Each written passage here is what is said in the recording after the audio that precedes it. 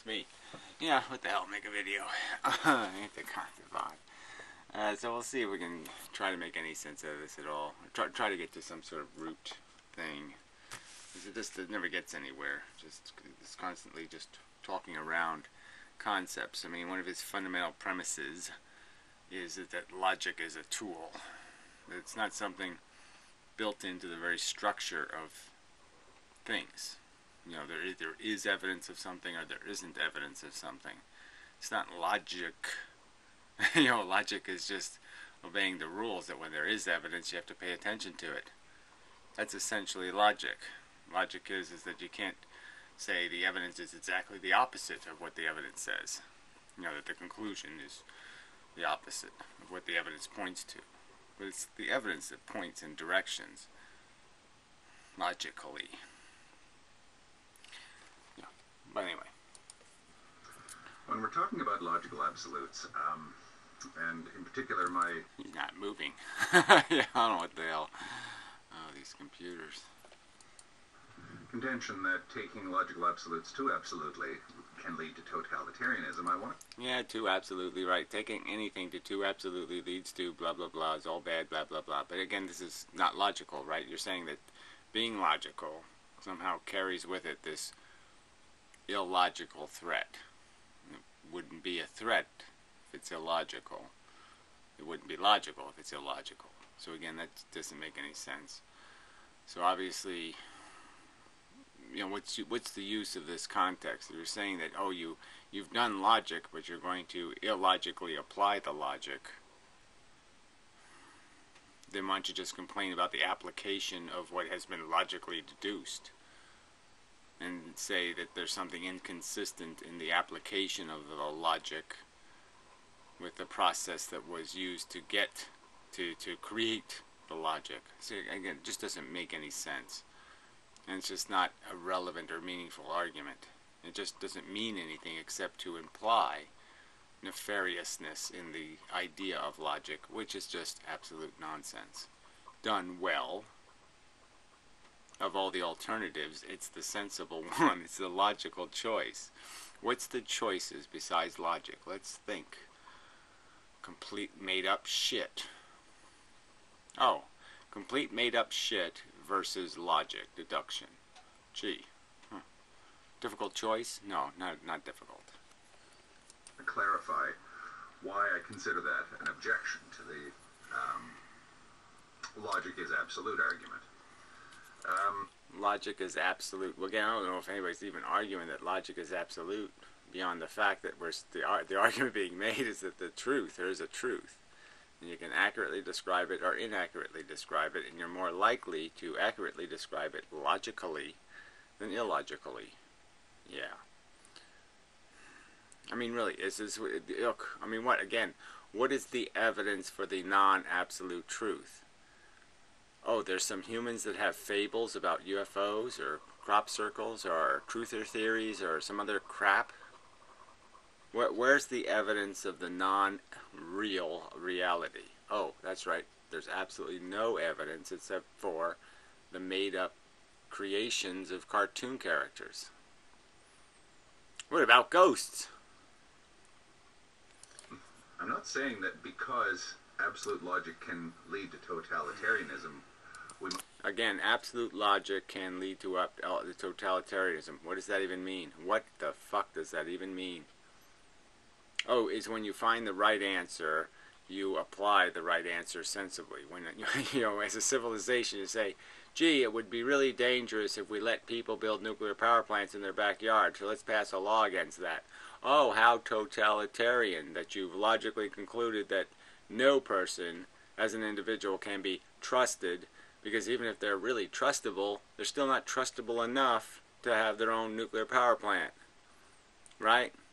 So we totalitarianly impose upon them. Oh, horror, horror. But again, that's your boogeyman, right? must not have absolute logic. That is kind of the same kind of fallacy that well, again, it's just so ridiculous for you to sit there and bring up the boogeyman and then say, but don't pay any attention to the boogeyman, and the boogeyman doesn't exist. So that's all you've done. You just say, okay, there's the boogeyman over there. And then you say, oh, but I'm not referencing him. He's totally irrelevant to everything. Don't worry about him. He's in the multiverse. Don't pay any attention. What are you doing this for? What serious person? How can a serious person make anything out of this shit? Yeah, I'll use scary words, but it's not a scary story. I don't know, somewhat impute to the logical absolutists, if we can call them that. No, not at all. Reality is. Yes, why don't you just use the right rhetoric? You don't believe there's a reality, right? Yes, and we do. People like me anyway, or I do anyway. Yes, I believe there's a reality, and you can accurately describe it or inaccurately describe it. And you tend to inaccurately describe it, buddy. What I'm saying is, the idea that logic is absolute places it above that which developed it. Alright, so again, this premise that we invented logic, that we create logic, that we dictate logic, that we do something. No, we reveal it. We didn't, it's like we didn't invent the combustion engine. It was revealed, the knowledge of it was revealed, okay, the mechanics of it. And so it's not like we create it by thinking it. We understand and then make. Very big difference. Mostly. I'm not absolute. I am finite.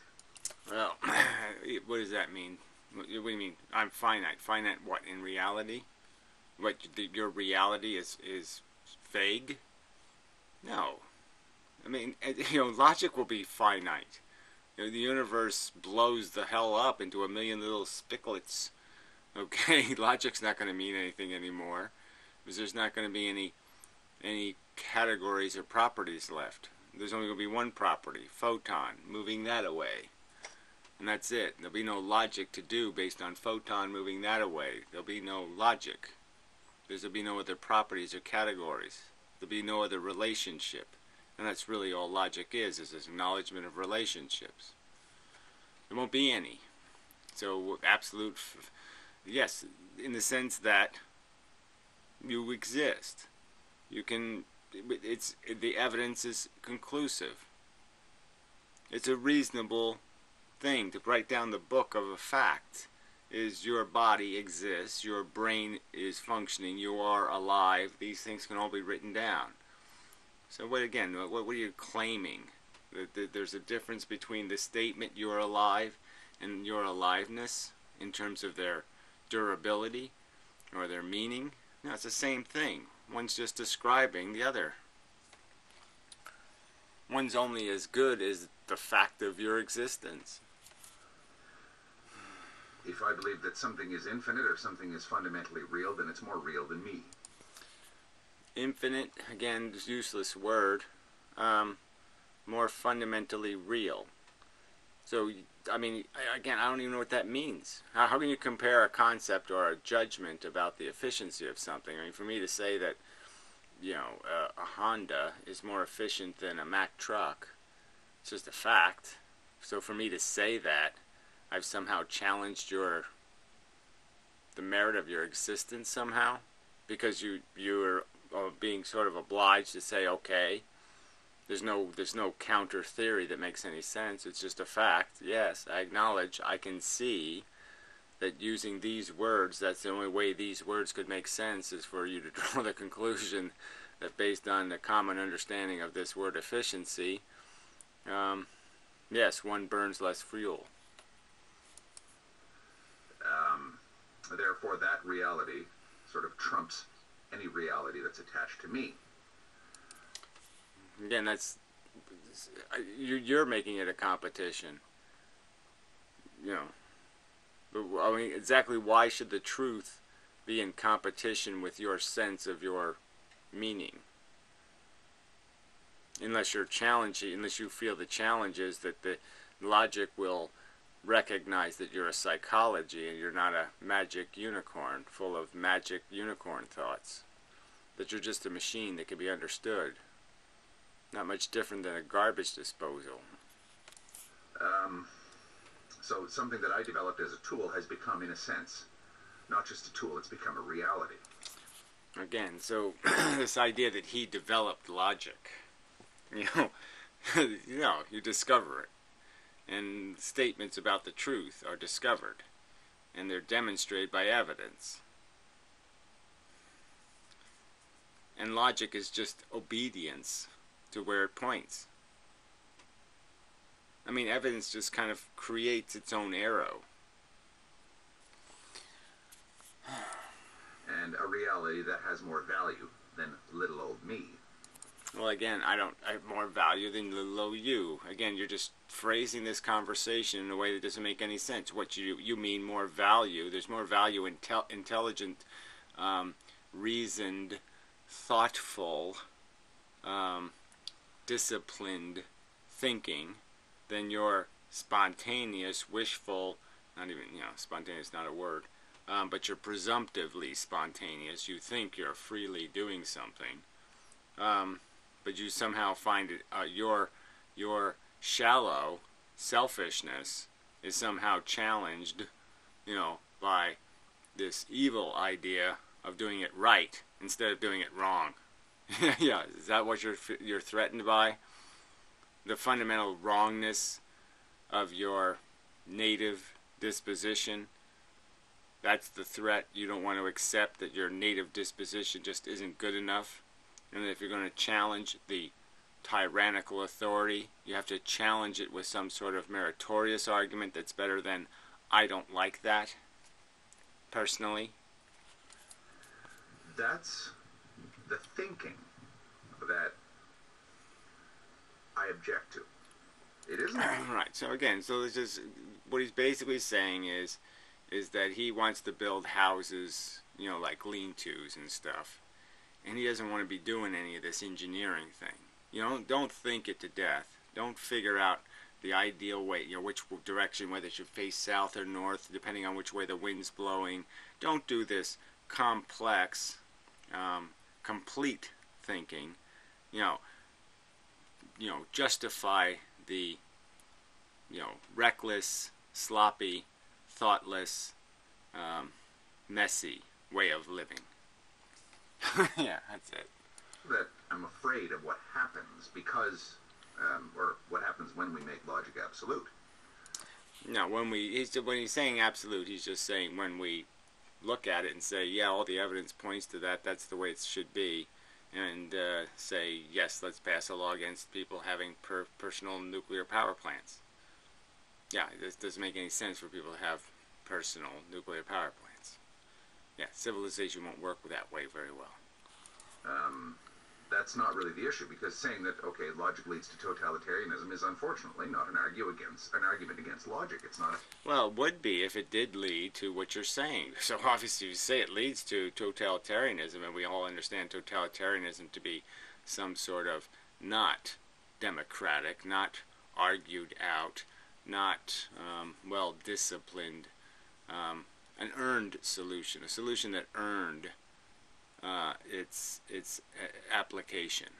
You could argue that if I propose a solution and then I argue for it, and everybody has a chance to argue against it, and you have that whole big debate thing, and you listen to all the possible arguments, it takes some time to do all of that, and then you have a vote on it, that at least it's earned its application, and you can't really call it tyrannical anymore. So who's proposing something different?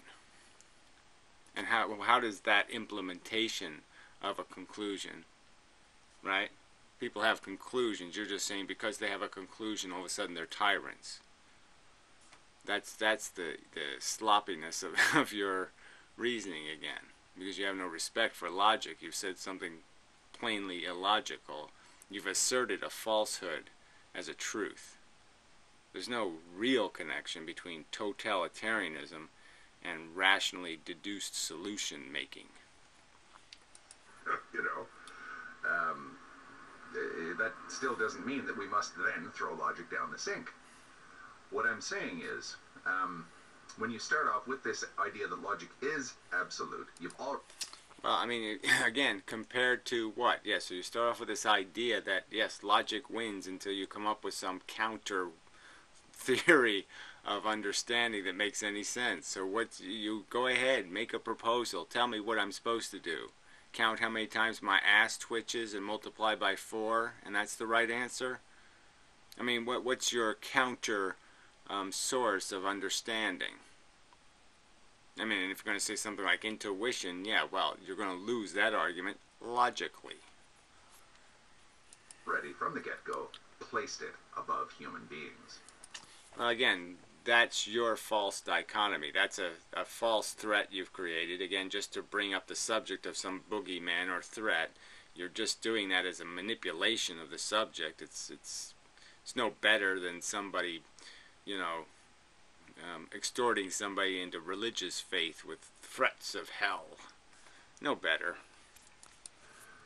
That is what leads to totalitarianism, not absolute logic itself. It's just the absolute validity and applicability of what is ultimately nothing more than a tool to help us make. Yeah, again, it's not nothing more than a tool, right? I mean, the rationality of recognizing that you have to apprehend criminals and punish them and blah, blah, blah, as a pragmatic, practical matter to have a civilization. Well, gee, how horrible. You know, the imposition of this burden. But yeah, we all are carrying these burdens in our lives. Recognition that there's no, you know, that our actions have the reciprocal, equal, opposite reaction kind of crap. There is a implication to our actions. And again, you want to play the game without recognizing any implications or taking any responsibility for them. Because you want to live thoughtlessly and recklessly, because you know as soon as I give something some thought, you're not going to be able to get away with it. You can't have what you want if you actually thought about it, because it would be declared stupid by yourself. Sense of reality. Anyway, sense of reality. Tool for the development of a sense of reality. No. It's really that, you know, so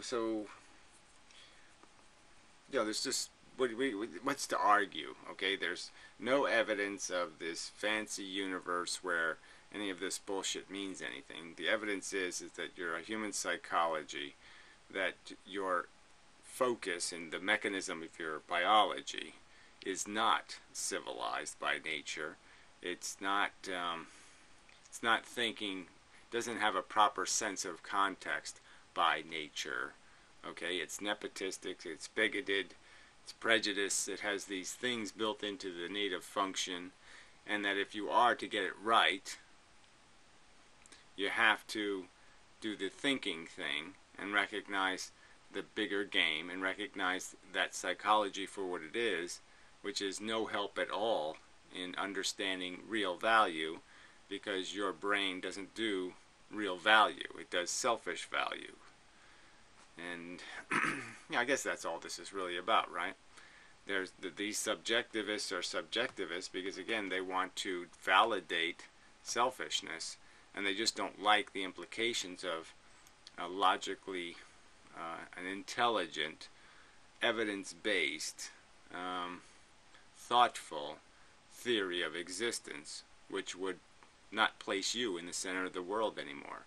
You're just one of 7 billion. And your merit isn't about how big your nose is or how big your eyes are. No, your merit's going to be about what do you do in the world and how do you affect the future. And you just don't like those standards because they're not going to have anything to do with the fact that you want to play reckless games now and you don't want to take responsibility for the consequences. Pretty much. Something like that. So, I probably should say more, but I'm tired. yeah, I'm really tired. I don't know, I shouldn't be as tired as I am, but I am. So anyway, so yes, well put. I mean, how well put, and how is this well put? How is this an understandable argument? There's tyranny, but there's no tyranny. We make up the truth. Evidence doesn't have anything to do with it. provisional, absolute? That works for me. Well, then what's the point of this conversation? Provisional. Yeah, provisional upon arrival of better evidence. Okay. Fine. So what's the better? There isn't any better evidence. You're just gonna you say provisional, but that doesn't mean anything because as soon as you're losing the argument, you just provisionally create whole new universes, and that's the catch. The catch isn't that you've made it provisional. The catch is you haven't made it provisional on more evidence. You've made it provisional on whenever I feel like throwing in the catch-22 blob of made-up shit. I mean, if it was provisional to a better argument, I wouldn't have a problem. But it isn't provisional to a better argument or more evidence. It's provisional to your convenience. And that's all it's provisional to. As soon as the truth goes where you don't want to go, you just opt out. And that's not provisional to a reasonable provision. That's an unreasonable provision. Just idiotic. So anyway, yeah, that's enough. Yeah, sorry. It's tired. I don't get it. So, next time.